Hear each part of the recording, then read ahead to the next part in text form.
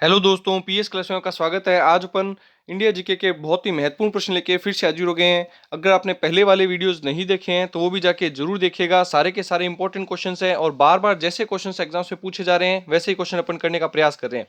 आज की क्लास का अपना टॉपिक होगा विश्व भूगोल से संबंधित जो भी इंपॉर्टेंट क्वेश्चन बनते हैं और जो बार बार एग्जाम्स में पूछे जाते हैं वो अपन करने का प्रयास करेंगे।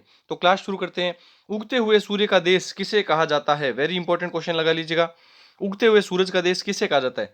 जहाँ पे इसके पीछे वजह क्या है? क्योंकि वहां पे सबसे पहले सूर्योदय दिखता है। इस देश के अंदर सबसे पहले सूर्य की किरणें वहीं पे दिखाई देती है, इस वजह से इसे उगते हुए सूर्य का देश कहा जाता है। बताइए, इसका नाम बताइए। जापान, जर्मनी, ब्राजील या पेरू? तो इसका सही आंसर होगा जापान। जापान को उगते हुए सूर्य का देश कहा जाता है क्योंकि सबसे पहले सूर्योदय वहीं पे ही होता है, इसी वजह से इसको उगते हुए सूर्य का देश या निप्पोन, ये भी याद रख सकते हैं। जापान को अन्य नाम क्या है? निप्पोन भी कहा जाता है। नेक्स्ट क्वेश्चन देखिएगा। पंपास घास के मैदान कहां पर स्थित है? काफी अच्छा क्वेश्चन है और इंपॉर्टेंट लगा लीजिएगा, बार बार पूछा जा चुका है ये क्वेश्चन भी। तो इसका सही आंसर बताइए, पंपास घास के मैदान कहां पर स्थित है? अफ्रीका, उत्तरी अमेरिका, अर्जेंटीना या न्यूजीलैंड? तो इसका सही आंसर होगा अर्जेंटीना के अंदर पंपास घास के मैदान स्थित है। अब एक्स्ट्रा फैक्ट देखिएगा। अब अपन कुछ इंपॉर्टेंट घास के मैदान को ऊपर डिस्कस करते हैं। पंपास घास का तो हो गया अर्जेंटीना। तो देखिए, पंप लेके आ अर्जेंटली, तो ये इस हिसाब से इस ट्रिक से आप याद कर सकते हैं। पंप लेके आ अर्जेंटली, तो अर्जेंटीना में पंपास घास के मैदान स्थित है। अब और कौन कौन सी जगह पे स्थित है? तो देखिए, उत्तरी अमेरिका में प्रेयरी प्रेयर कौन करते हैं? उत्तरी अमेरिका के लोग प्रेयर करते हैं। इस हिसाब से आप याद रख सकते हैं, सिर्फ याद रखने के लिए ट्रिक है, बाकी कुछ नहीं इसके अंदर। तो आप याद रख सकते हैं कि उत्तरी अमेरिका के अंदर उत्तरी अमेरिका में आप याद रख सकते हैं प्रेयरी घास के मैदान स्थित है। उसके अलावा पंपास आपको बता चुका हूं अर्जेंटीना के अंदर से। वेल्डास एक याद रखिएगा, वेल्डास घास के मैदान कहां पे स्थित है? तो वेल्डास घास के मैदान दक्षिणी अफ्रीका के अंदर, ये बार बार पूछे जा रहे हैं, वही अपन करने का प्रयास कर रहे हैं। दक्षिणी अफ्रीका में वेल्डास। एक पूछा जाता है डाउंस, डाउंस डाउंस घास के मैदान कहां पे स्थित है? तो ऑस्ट्रेलिया में। ऑस्ट्रेलिया के अंदर डाउंस घास के मैदान। इसको याद कैसे रखेंगे आप? इसको याद रखने के लिए देखिएगा, ट्रिक देखिएगा। जैसे ऑस्ट्रेलिया के जो खिलाड़ी हैं क्रिकेट खेलने के दौरान नीचे बैठ करके अपना राष्ट्रगान गाते हैं, तो डाउन बैठ करके, तो आप याद रख सकते हैं डाउन्स घास के मैदान कहां पे स्थित है? तो आप याद रख सकते हैं ऑस्ट्रेलिया के अंदर स्थित है। और एक पूछा जाता है स्टेपिस घास के मैदान। स्टेपिस घास के मैदान कहां पे स्थित है? तो आप याद रख सकते हैं इसका रूस में। रूस में रूस कोई भी स्टेप लेने से पहले सोचता नहीं है, तो आप याद रख सकते हैं इस प्रकार से। सिर्फ ये याद रखने की ट्रिक है, स्टेप लेने से पहले कुछ कुछ भी सोचता नहीं है। तो क्या होगा इसका आंसर? रूस के अंदर, मध्य रूस के अंदर स्टेपिस घास के मैदान स्थित है। और लानोस, एक ये भी पूछा जाता है, लानोस घास के मैदान कहां पे स्थित है? ये आप याद रखिएगा वेनेजुला में, वेनेजुला के अंदर स्थित है। तो इसको याद कैसे रखेंगे? ला ला नोस लॉस, इसको याद ऐसे बोलेंगे, ला लॉस, लॉस लेकर क्या? तो आप ये सभी जानते हैं कि वेनेजुला की जो संपत्ति है, जो उसकी मुद्रा है, स्फीति के कारण, मुद्रा स्फीति के कारण उसकी मुद्रा का वैल्यू बहुत ज्यादा गिर चुका है। वो काफी ज्यादा कर्ज में डूब चुका हुआ देश है वेनेजुला, ये आप सभी को ध्यान में होगा। तो आप याद रख सकते हैं कि उसका ला नोस की जगह आप याद रख सकते हैं लॉस, मतलब लॉस को लेकर क्या, घाटा लेकर क्या। इस वजह से आप याद रख सकते हैं लानोस घास के मैदान कहां पे स्थित है? तो आप याद रख सकते हैं वेनेजुला में। तो मैंने जो भी इंपॉर्टेंट है, जो कि बार बार पूछे जाते हैं, वो मैंने ट्रिक से बताने का प्रयास किया है। नेक्स्ट देखिएगा, तो और पंपास घास के मैदान अर्जेंटीना में। नेक्स्ट क्वेश्चन देखिएगा, पक्षियों का महाद्वीप किसे कहा जाता है? वेरी वेरी इंपॉर्टेंट क्वेश्चन है, ये भी बार बार एग्जाम से पूछा जा चुका है। पक्षियों का महाद्वीप किससे कहा जाता है? इसका सही से बताइएगा।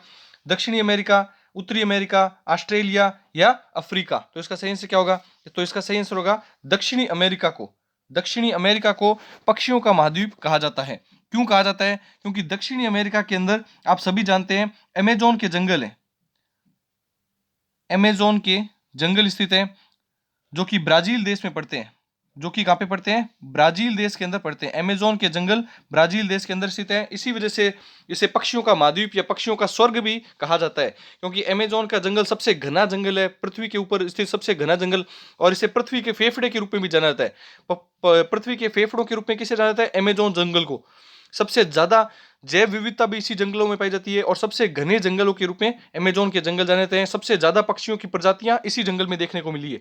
इसी वजह से ब्राजील के अंदर, आप सभी जानते हैं अमेजोन के अंदर, दक्षिण अमेरिका में जो पड़ता है, पक्षियों का महाद्वीप के रूप में जाना जाता है। नेक्स्ट क्वेश्चन देखिएगा,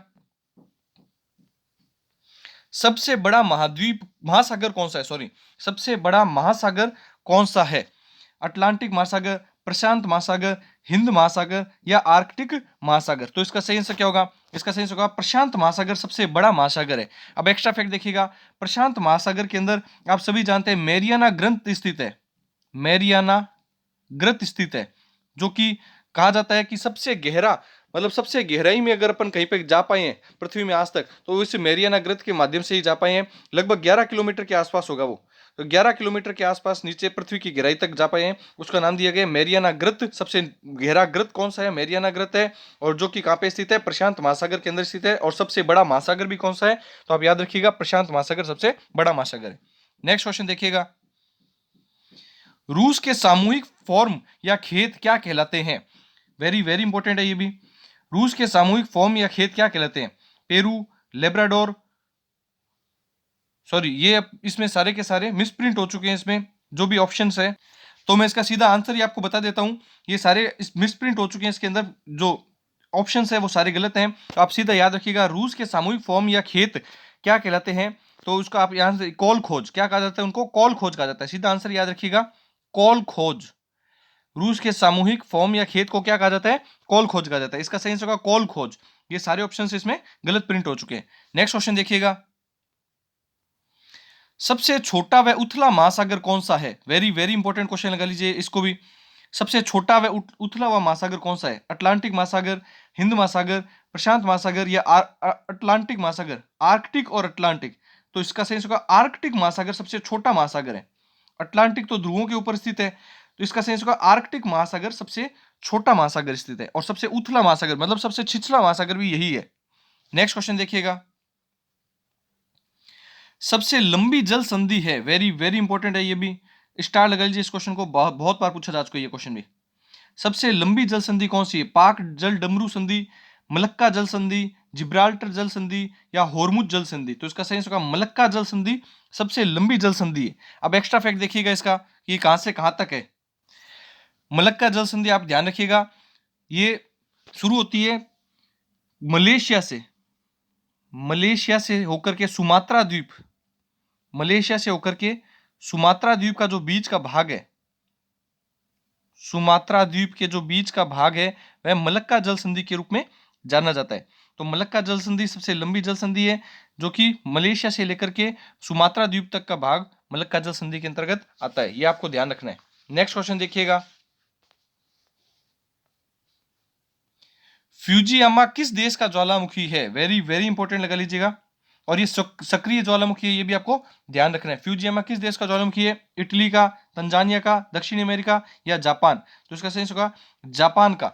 जापान का सक्रिय ज्वालामुखी के रूप में अभी कौन सा है? तो आपको याद रखना है फ्यूजियामा जापान का सक्रिय ज्वालामुखी स्थित है। अब एक्स्ट्रा फैक्ट देखिएगा, मतलब अपन और किसी ज्वालामुखी के ऊपर बात करते हैं। ये प्रसुप्त अवस्था में, सॉरी ये कौन सी अवस्था में पहुंच चुका है? प्रसुप्त अवस्था में पहुंच चुका है। ये प्रसुप्त अवस्था में पहुंचने वाला ज्वालामुखी है। सक्रिय ज्वालामुखी के ऊपर मैं कुछ बातें बताता हूं आपको कि सक्रिय ज्वालामुखी कौन से हैं। एक आपको याद रखना है, बैरन द्वीप पे भारत का एक ज्वालामुखी है जो कि अंडमान निकोबार में पड़ता है। बैरन द्वीप के ऊपर स्थित है, अंडमान द्वीप समूह के अंदर। भारत में अगर आपको याद पूछा जाए तो अंडमान द्वीप समूह के अंदर आपको याद रखना है कि बैरन द्वीप है, उस बैरन द्वीप पर भी एक ज्वालामुखी है। उसके अलावा एटना, इटली के अंदर आपको याद रखना है एटना, इटली के अंदर एटना, देखिए नाम से मिलता जुलता लग रहा है, इटली एटना, इटली एटना, इस हिसाब से आप याद रख सकते हैं। उसके अंदर भी एक ज्वालामुखी है, वो भी सक्रिय ज्वालामुखी है। एक आप याद रख सकते हैं दक्षिणी अमेरिका के अंदर कोटोप्सी, वो भी सक्रिय ज्वालामुखी है। कोटोपेक्सी, कोटोपेक्सी ये भी एक सक्रिय ज्वालामुखी है। ये आप सभी फैक्ट अच्छे से नोट करते हुए चलिएगा। नेक्स्ट क्वेश्चन देखते हैं, एंजिल जलप्रपात कहां स्थित है? वेरी वेरी इंपॉर्टेंट क्वेश्चन लगा लीजिएगा। कौन सी नदी पर स्थित है? ऑर्निको नदी, कोरू नदी, जंबेजी नदी या नील नदी? तो इसका सही आंसर होगा कोरू नदी के ऊपर एंजिल जलप्रपात स्थित है। नेक्स्ट क्वेश्चन देखिएगा, यूरोप की सबसे बड़ी नदी कौन सी है? वेरी वेरी इंपॉर्टेंट है ये भी। यूरोप की सबसे बड़ी नदी कौन सी है? वोल्गा नदी, डेन्यूब नदी, राइन नदी या मिसिसिपी मिसोरी? तो स्टार लगा लीजिएगा, बहुत इंपॉर्टेंट क्वेश्चन है ये। तो इसका सही आंसर होगा वोल्गा नदी। यूरोप की सबसे बड़ी नदी वोल्गा नदी। नेक्स्ट क्वेश्चन देखिएगा, आपके वीडियो कैसा लगा आपको ये आप कमेंट करके जरूर बताइएगा, और आपके कितने क्वेश्चन सही हुए हैं ये भी कमेंट करके बताइएगा। विश्व की सबसे गहरी झील कौन सी है? बेकाल झील, सांबर झील, लेक मिशिगन या लेक ह्यूरॉन? तो इसका सेंस होगा बेकाल झील। सबसे गहरी झील कौन सी है? बेकाल झील है। नेक्स्ट क्वेश्चन देखिएगा, विश्व की सबसे ऊंची झील इनमें से कौन सी है? इनमें से सबसे ऊंची झील कौन सी है? Lake superior, lake Baikal, Titicaca या विक्टोरिया? इसका सेंस होगा टीटीकाका। टीटीकाका विश्व की सबसे ऊंची झील है। नेक्स्ट क्वेश्चन देखिएगा, पृथ्वी के किस स्थान पर उसकी घूर्णन गति सर्वाधिक है? ध्रुवों पर, कर्क रेखा पर, मकर रेखा पर या भूमध्य रेखा पर? घूर्णन गति सबसे ज्यादा है, तो इसका सेंस होगा भूमध्य रेखा पर। भूमध्य रेखा पर पृथ्वी की घूर्णन गति सबसे ज्यादा होती है। आई होप जो भी अपन ने क्वेश्चन किए आपको अच्छे लगे होंगे। वीडियो को ज्यादा से ज्यादा दोस्तों में, स्टडी ग्रुप में शेयर कीजिए। चैनल को लाइक शेयर सब्सक्राइब कीजिए। Thank you.